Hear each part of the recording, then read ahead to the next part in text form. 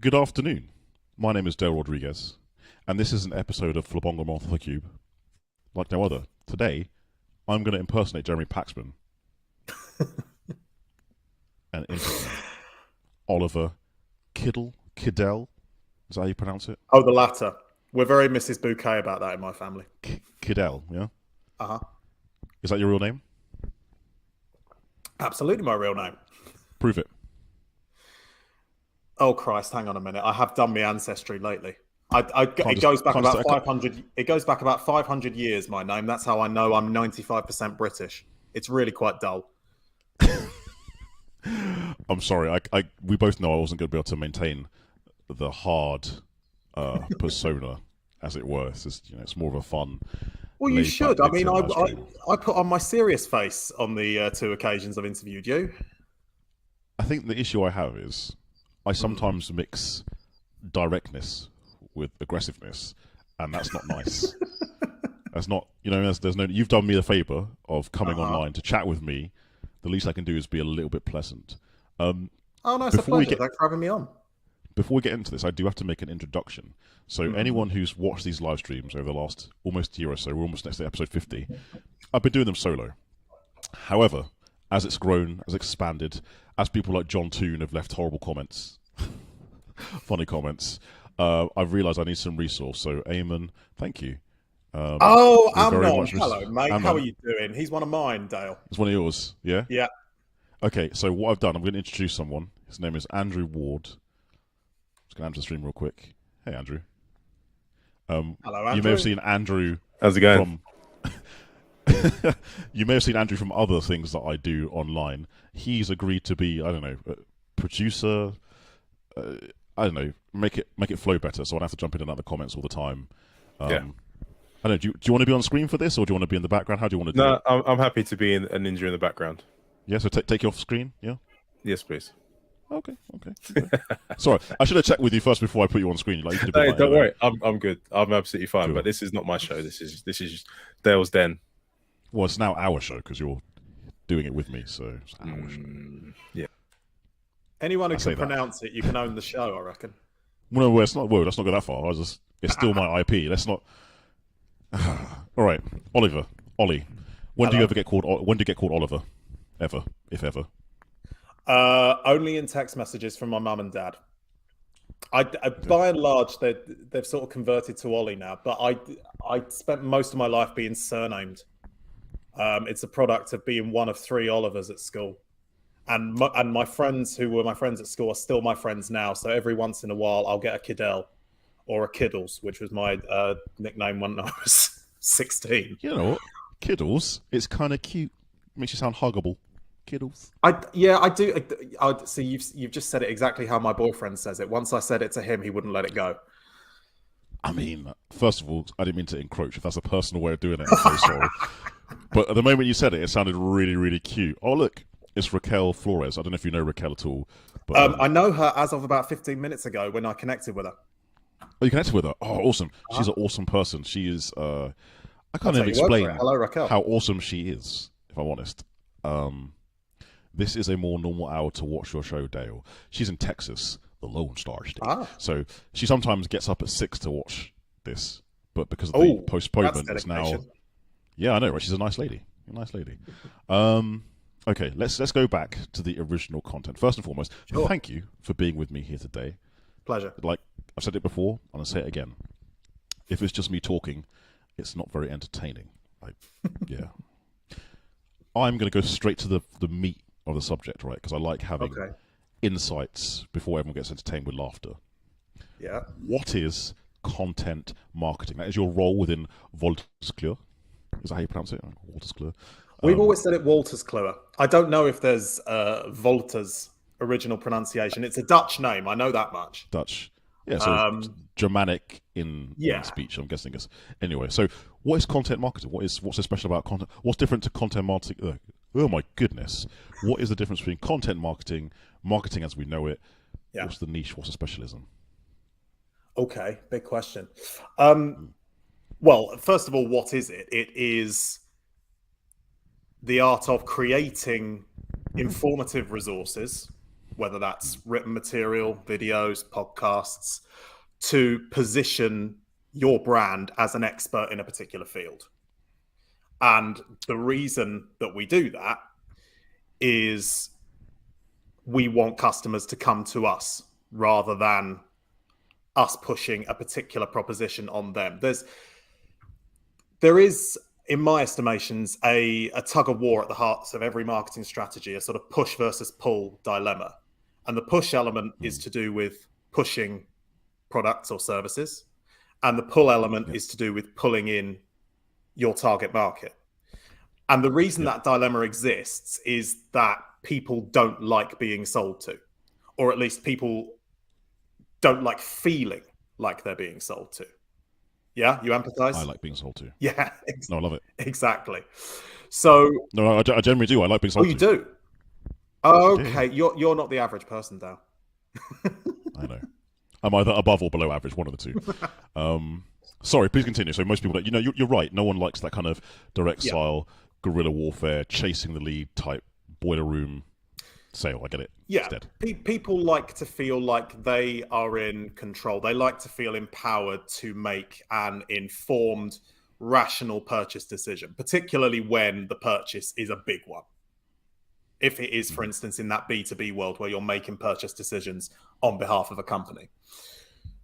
Yep. So with that in mind, we create educational resources free of charge to ensure that when a potential customer wants to make that decision, we are at the forefront of their mind so that they think of us having read our blogs, having seen our videos or listened to our podcast, whatever it may be. That's the way in which we pull customers in. It is a long-term strategy. It doesn't necessarily produce short-term results because you need to have a pretty strong cache of content before you see it deliver.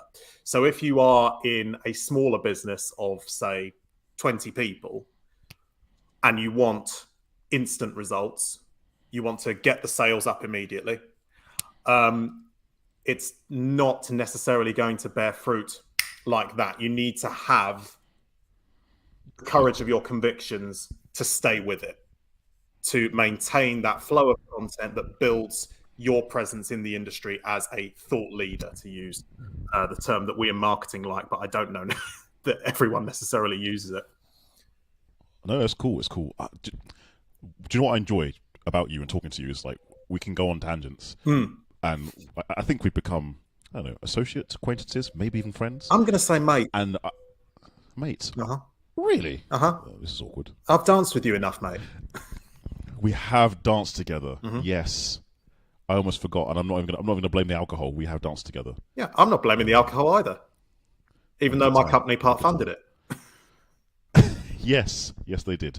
No, because I get it. You work for Wolters Kluwer, a disgustingly large company, insane large company. No, honestly, like the turnover is what is it the billions? I can't remember. I lost track. It's a ridiculous. Yeah, it's about 5 or 6 billion a year, I think. And the thing is, the products that Wolters Kluwer sell, with that kind of turnover, you're selling to the top 10, top 50 accounting firms or top 200 in the UK and the world. They are usually practice management tools. Only do lots of other things. So yeah, it's a very lengthy buying cycle, right? A lot of trust involved. There are two types of purchase: rational and irrational. And an irrational purchase is one in which you don't go into a particularly long thought process. So that's buying things in the supermarket. A rational purchase is one in which the consumer puts a lot of thought, and the more expensive that a purchase is, the more rational that process has to be. And if you are acting on behalf of someone else, i.e. it's not your money, it's the company's money, you're going to think about that process even more. So yeah, I mean, you are right in that we do deal with the top 10 accountancy firms, certainly in the country. We do also deal with smaller practices, and we like to. Hello, Randy. How are you? And we do like to adapt the solutions that we offer so that they are scalable and and affordable and meet the needs of smaller accountancy practices as well. But it's a big investment. It's not my kitchen, sadly, Mark. I rent this place. You're way better at this than me, by the way, because you're acknowledging people's comments and still continue to be professional. I lose track and start making jokes. Mark, Randy, Raquel, thank you all for commenting and actually just taking the time to watch. Raquel, Dale and normal is an oxymoron. I'm gonna take that as a compliment. I know I'm gonna choose to take it as a compliment. Yeah, okay. It can be taken both ways, and I will take it as a compliment. I think I've been distracted. I've been distracted by the kitchen comment. Whose kitchen is it? Have you broken into someone's house? No, it's only not mine in the sense that I don't own the flat. I rent this place. So it's owned by a company called 10 Degrees. I mean, it's a lovely kitchen. You wouldn't want me to disown it completely, but also, can you see the number of bottles also in the corner? I couldn't until you moved your arm. Okay. Like your that shoulder is and left over from a recent housewarming where we just haven't ploughed through this stuff yet. But I'm 30 in a couple of months' time, so we'll get through them, I'm sure. I mean, first of all, that's a milestone birthday, so happy birthday in advance. That's pretty cool. Thank you very much. That's pretty cool. I stopped you while you were talking about content marketing, actually adding value to this stream. You're getting a bit salesy though, like you were saying how awesome, Wolters Kluwer is, and I was like, all right, fine, I would get it. They're great. Bring up your best bottle, Ollie. Oh. Producer Andrew Ward has made a request. I'm going to get it. Honoured. All right, let's do it. Thanks, Andrew. How's that one for you? Wow. What's in there? That is Polish vodka. Nice. A lot of it. That's a really cool bottle. Oh, you only get the best in my place. Oh, so where were we on content marketing? Yeah, so there's. Can I go back a step? Sorry, I know I'm interrupting you. So you've kind of explained what content marketing is. Yeah. For the layman's out there, the word content and content marketing is to the layman is relatively new. Is it different to marketing? What's the difference, if there is a difference? Well, content marketing is marketing, but marketing is not a monolithic thing. So there are various different aspects of what we call the marketing mix, and content is part of those. So other elements would include digital ads, might include TV, might include radio, might include cinema ads, might include print media ads, might include. There's various different marketing channels that we can deploy. Content usually relates to online material shared via social media. But I'm a great believer that the key to a successful marketing campaign is a multi-channel strategy, deploying various channels and having a consistent message across all of them. And I'm not like a fork, many prongs, right? Indeed, yeah. And I don't subscribe to the idea that traditional marketing channels like TV or radio are dying out. Actually, what academic studies show is that they're still far more effective than the popular perception. And social media, while it is an important aspect of a contemporary marketing strategy, it's not so all-consuming as business owners often think. So it needs to be part of an overall marketing mix. First of all, that's awesome. Got to go into comments real quick. Jody, Mike, Raquel, again, all thank you all for watching and commenting, and please ask Ollie questions about marketing. He actually is one of the few people that are an academic marketer and a professional marketer. First question: what's the difference? Oh well, it just means that I've got an MSc in international marketing, funnily enough. And funnily enough, when I first started my career, I did an internship back in, this would have been 2014, 15. And I won't say who this was because actually she comes off quite badly in this story. But is it someone I know? Is it someone I know within this industry? It's not. But just in case someone I'll start guessing. I'd start guessing. But I do remember the person that I was working for getting quite uppity at the idea that I was doing marketing as an academic discipline, because the perception was, well, you don't need to do that in order to be a successful marketer. And you don't. It's perfectly true. You don't need, it's not like medicine where you need to have studied it as a vocational course in order to be successful in it. But it did teach me how to think in a lot of ways.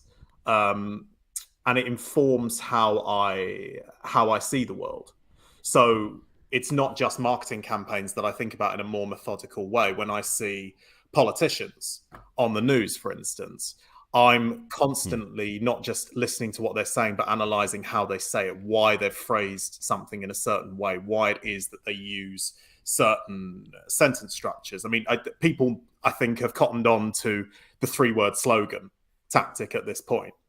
The classic take back control. Do you do it all the time, or do you have to turn it on or off? It's pretty instinctive. I do it pretty much all the time.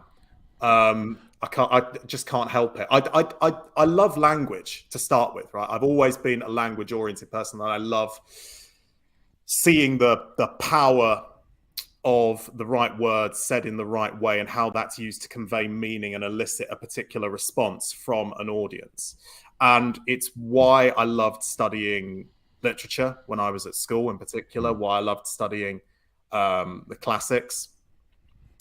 Because when you look at ancient languages like Latin, where word order, for instance, is much more flexible, English is quite an inflexible language. The order in which words are said dictates the meaning. In Latin, that's not the case. So they can place words anywhere in a sentence in order to convey the right meaning.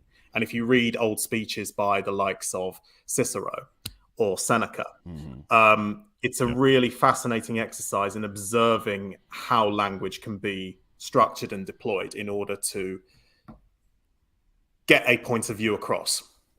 So that's something that I just instinctively find fascinating anyway, and it's just as interesting hearing it being spoken aloud as reading it. You can observe it in all forms of language being delivered. Again, you've given so many nuggets, and I've got so many questions. First of all, I'm just going to again jump to the comments real quick. So it's Mike Asherbrainer's birthday today, and he's chosen to come on a live stream. So thanks, Mike. And I'm going to put you on the spot, and you can say no. Go on. I know for a fact that you have a lovely singing voice. Can we just get like a bar or two of the Stevie Wonder version of Happy Birthday? Oh God, just for Mike. I mean, I can start, but it'll be terrible. Happy birthday to you. That was decent. That was good.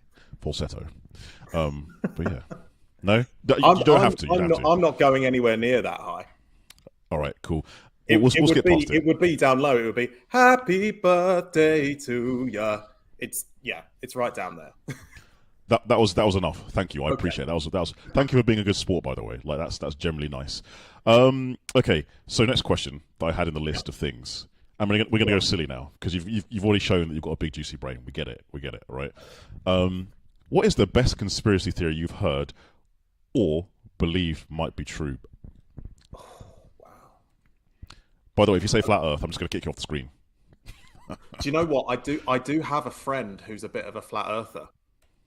That was too close. He's even got a friend that's a flat earther. It's too much. I kicked him off. Because absolute power corrupts absolutely.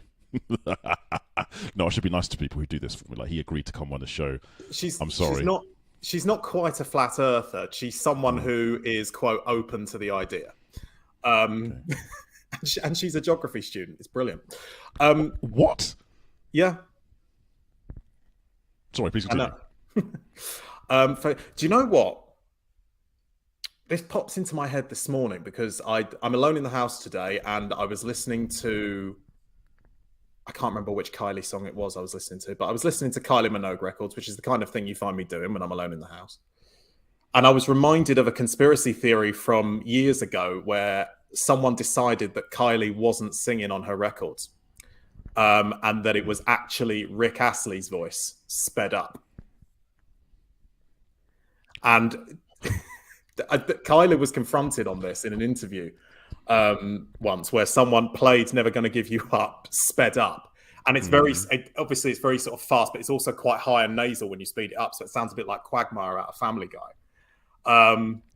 So it's all kind of never gonna give you up, never gonna let you down, never gonna run around and desert you. It's that kind of thing, and it's eerily similar.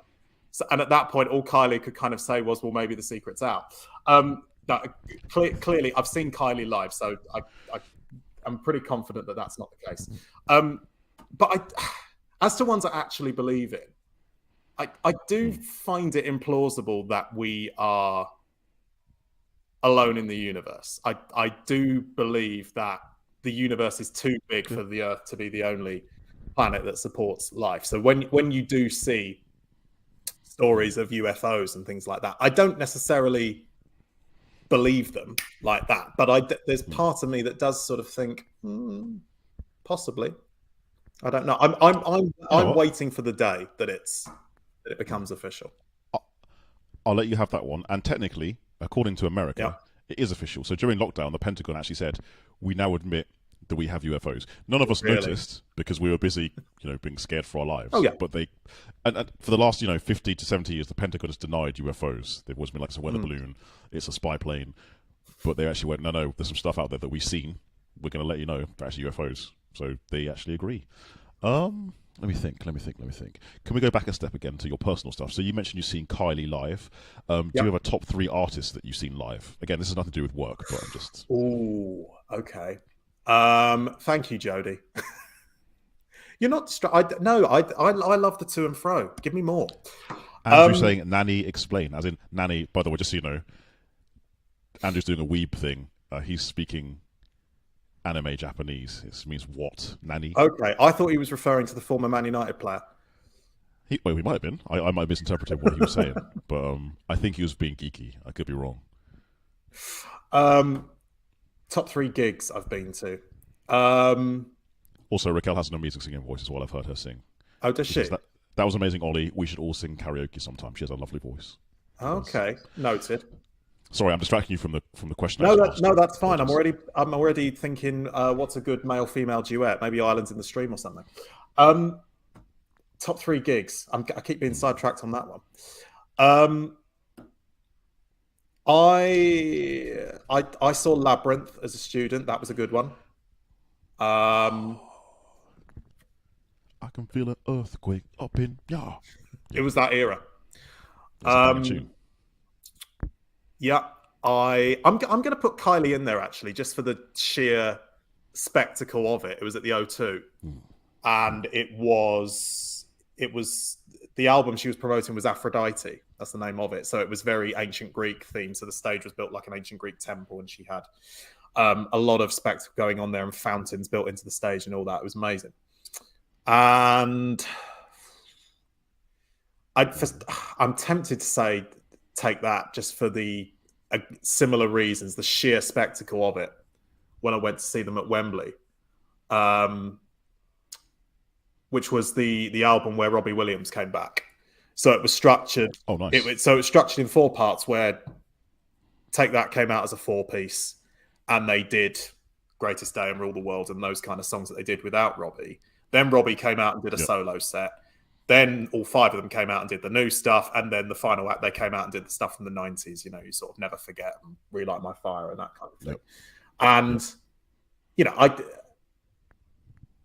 I can maybe think of more impressive gigs I've been to musically, but for the sheer atmosphere in that place and everyone on their feet, I don't think I've ever experienced a concert quite like that. So I'm gonna go for that, but I'm also gonna give a shout out to Wolters, who it turns out have got more than one song. Kind of different to Kylie and I'm very eclectic in terms of my music tastes, and I instinctively, if you're asking me my favorite genre of music, I love Rat Pack music. I loved Frank Sinatra and Dean Martin and Sammy Davis growing up, but of course they're all dead now. So I'm kind of, but by anyone's standards, even if they don't particularly like the genre or younger and don't generally appreciate it, they can appreciate the musicality of what they did. Absolutely, those guys, the Karunas, the original ones, like the quality of their voices, Yeah. the big instruments, the big bands, the brass, the strings. I love it. Incredible Absolutely show people. love it. And my mum and dad lived in New York for a couple of years in the late 80s. And they saw Frank at Madison Square Garden. And he was getting on. Wait. Mr. Sinatra to you. You can't first name him like that. Come on, don't be acting like you know him. They saw The Voice at Madison Square Garden in the late 80s, and he was getting on in years by that point, as I recall. But he still had that magical quality in the tone of his voice, and I would have loved to have seen that. And my parents have seen pretty much everyone, and most people that you would expect to say they're amazing, they go, no, didn't like it. They've seen Michael Jackson at Wembley Stadium, they went, no, didn't really. Really? Yeah. Because I had tickets to see Michael Jackson at the O2 before he passed away, because that was one of my things I wanted to do. Yeah, I had friends who were going to that. Because I was, and still am, a huge Michael Jackson fan. Oh, yeah. I mean, how can you not be? But as I say, I don't think my mum and dad were particularly impressed. But they've got quite high standards, apart from Tom Jones, who they loved. Again, and another amazing voice. Going back another step, more of a personal thing. You have flexed your linguistic knowledge. So first of all, I know that Raquel is also a linguist as well. She speaks like 5 different languages, and she often does the etymology of things. I love the vibe of today's show, Dale. Ollie is a natural. No, he is. He has his own podcast. He's been doing it for years. And he's very, very good. This is my first rodeo, Raquel. Let's plug that real quick. What's your podcast called for other people who don't know? Yeah, so my podcast is called Practice Evolution. It's aimed at accountants and bookkeepers. We talk about various. Oh, hello. Oh, Kid, the history maker. I put that in the banner before, and Andrew's decided. Again, Andrew, producer in the background, has decided to roll that. Sorry, please continue. You were saying something, and I interrupted you. Yeah. So my podcast that I host with Phil Hobden, who's a big noise in our industry. But the podcast is called Practice Evolution. It's aimed at accountants and bookkeepers. We talk about all manner of stuff relevant to people in that industry, and that's available on Spotify, Apple Podcasts, Amazon Music, other apps. It's everywhere. Promo done. There we go. The bosses are happy. Right, going back a step, you have shown your linguistic skill to the point where you obviously like the etymology of words. When it comes to forks, and I mean battle things like a bident or a trident, what is the correct pronunciation for a 5-pronged fork? Because this is an argument amongst the geeks. Okay. You're expecting me to say like a quindent or something, aren't you? Again, because some people argue what it should be called. Yeah. Should it be a pentadent or should it be a quintadent? I'm going to say it should be I think it should be a quindent. I don't have any scientific basis for that. It's purely instinct. Okay, purely instinct. Cool. I'm glad we've wrapped that one up. If honest, I'm going to say that because Ollie said so. It's that.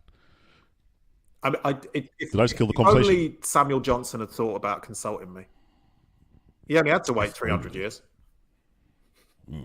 Oh, it mostly came out because of Aquaman, and people were like, Aquaman's trident has 5 prongs. I've not seen Aquaman. You know what? It's not as bad as people say it is. Like, I've watched it as a comic book geek. Yeah. Is it the best film ever? No, but it's not terrible. Okay. Not terrible. I'm very much aware that the reputation of DC movies is not all that great up until Wonder Woman came out and everyone went, we finally got a decent one. And I saw that. I thought it was pretty good. Also, I can appreciate Jason Momoa's physique. I really can. You'll be amazed to hear, so can I. Shocker. So when is your partner watching this? You're never watching this. Never. Okay, next question. And this is actually relevant to the world of work, right? Okay. So we live in an age and a society, especially in the UK, where the opinion could be held that degrees and the benefit of having a degree before entering the world of work is diminished. Okay. And we can go into the pros and cons of that. And you have a master's, yes, which means you spent way more money than me on education. Was it worth it? That's quite a loaded question. So, okay. Well, I'm going to say yes and no, in the sense that I believe what I learned on my master's was relevant, but if I had my time again, I would have sought that kind of experience out as a bachelor's degree, because I don't believe that I've got my bachelor's is in English literature, and I don't believe that that was necessarily all that useful, simply because, and I said that I love language, and that is true. But I feel like my passion and enthusiasm and insight into that was kind of was reasonably fully developed at school. And I don't know that university necessarily advanced it all that further. I think when I went and did my master's, I learned how to apply those principles in a way that was commercial and business friendly. So that I absolutely would recommend to anybody. In terms of the more general question of, are degrees less valuable than they once were, I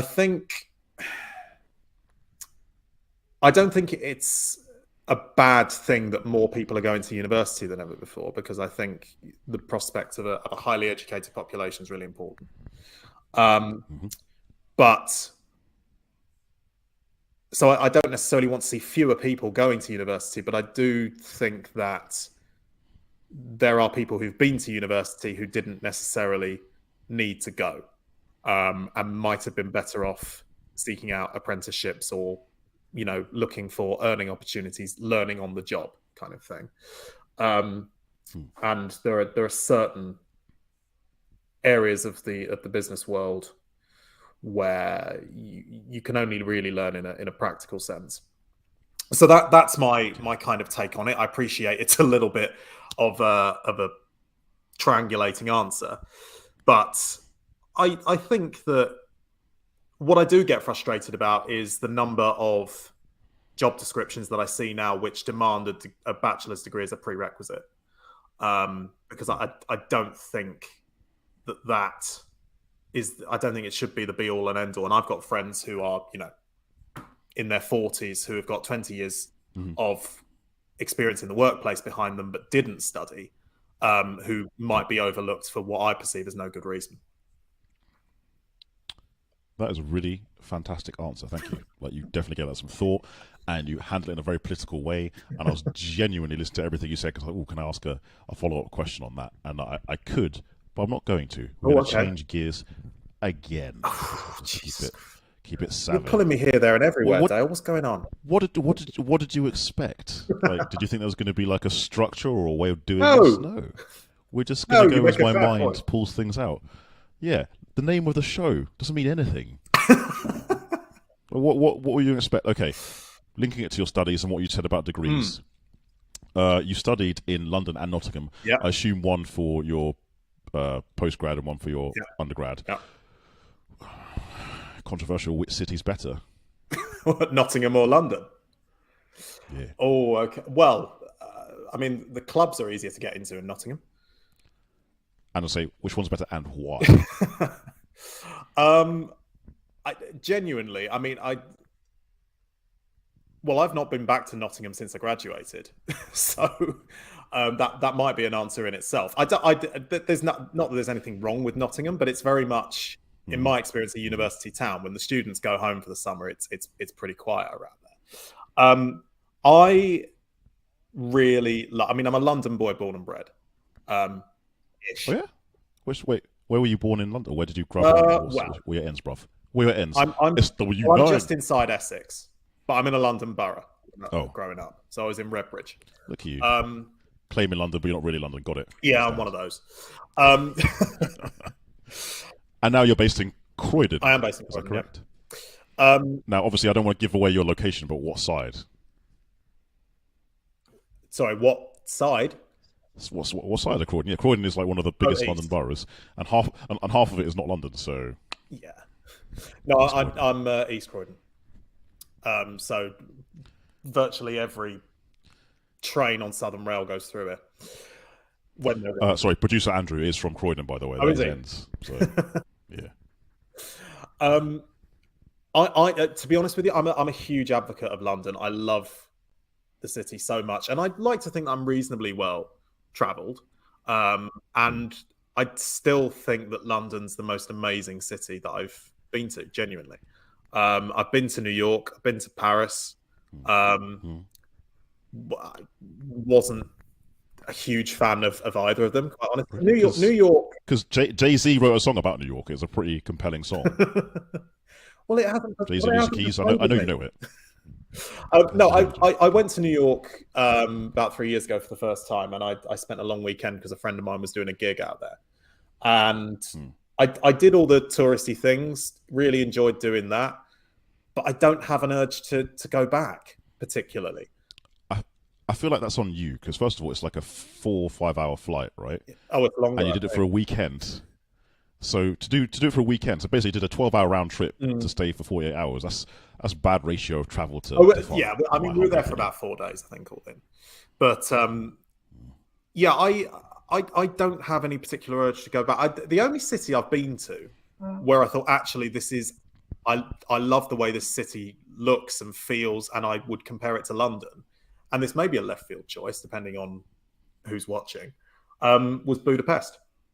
Absolutely adored Budapest when I went there. I remember there's a spa built into a cliff face overlooking the Danube from one side, and you can see the parliamentary building and all the major sites in Budapest from this hot tub that we were sat in, and it was sort of dusky 4 or 5 in the afternoon, and I just remember looking out and thinking this city's beautiful, and it's a really exciting, vibey city as well. So I love that. But to answer your question, I absolutely adore London, and it would have to be a very, very tempting offer for me to move elsewhere. That's that.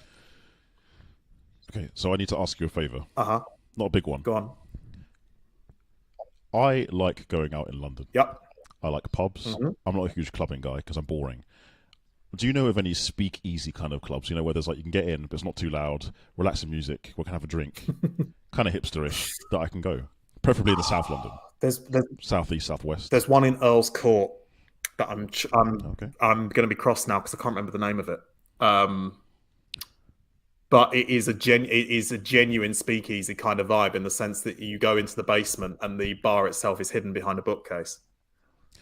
Is that the Mayor's Care Cat Town? No, I can't remember the name of it.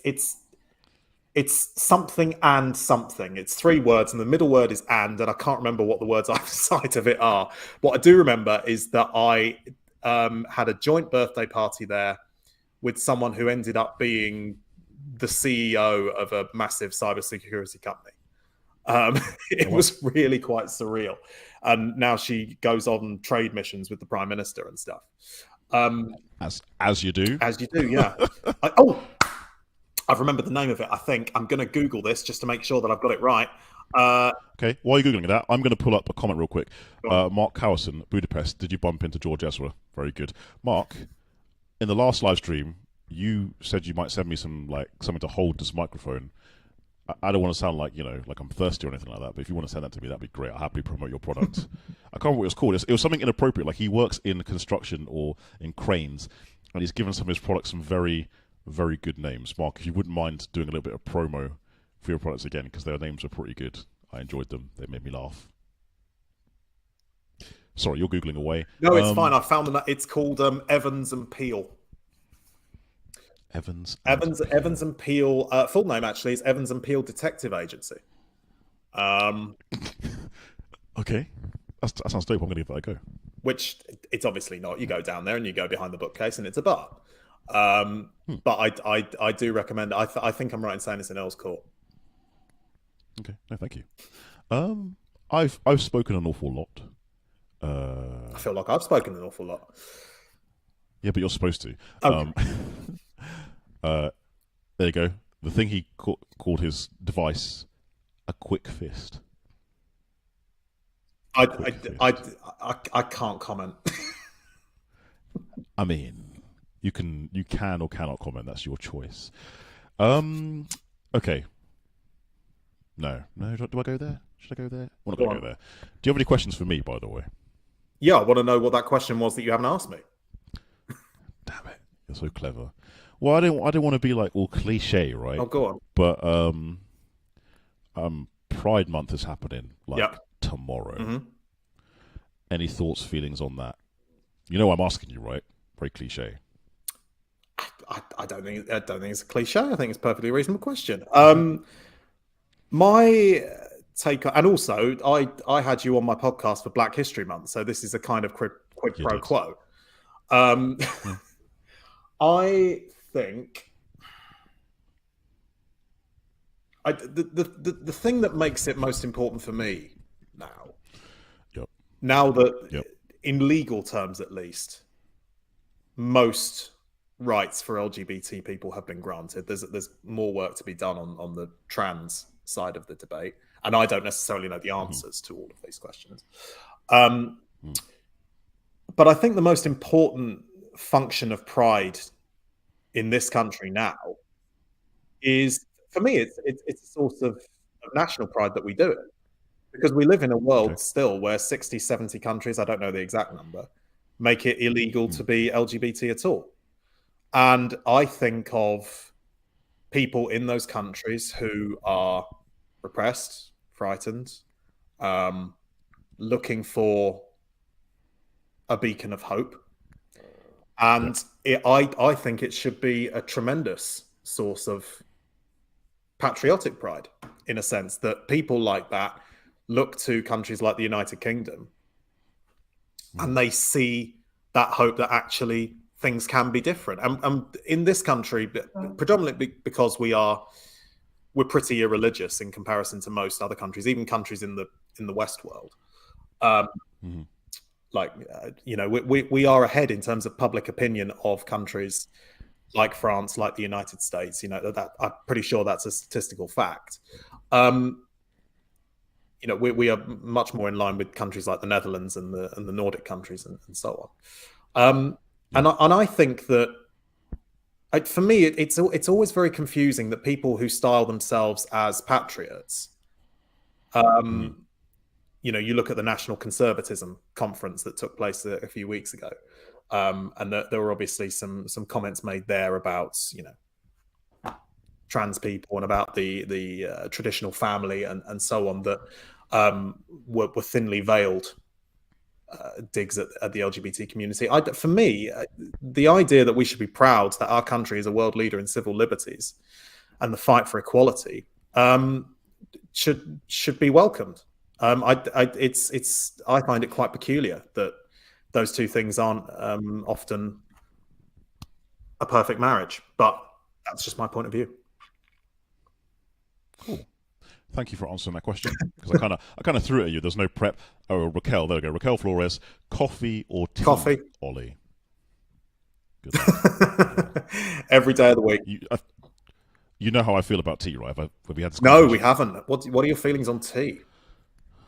I am shockingly unpatriotic when it comes to tea. I genuinely believe most English or British people drink it out of habit. It doesn't actually taste that good, and putting milk in it just makes it worse somehow. I do agree with that. I don't like a milky tea.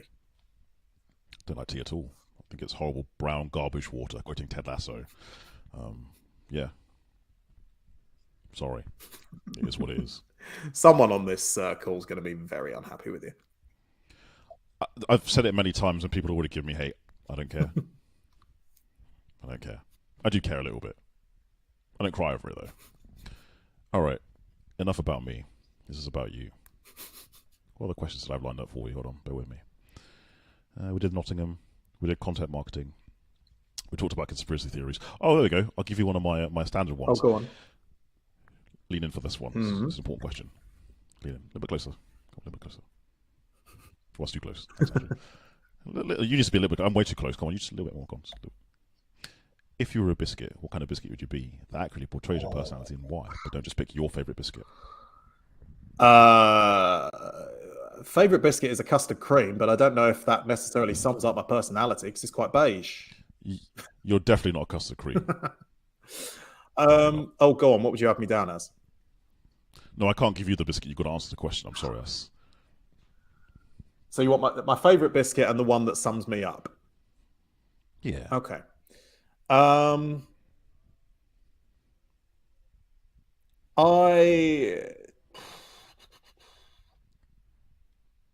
Actually, do you know those Viennese sandwiches, the chocolate ones that foxes do?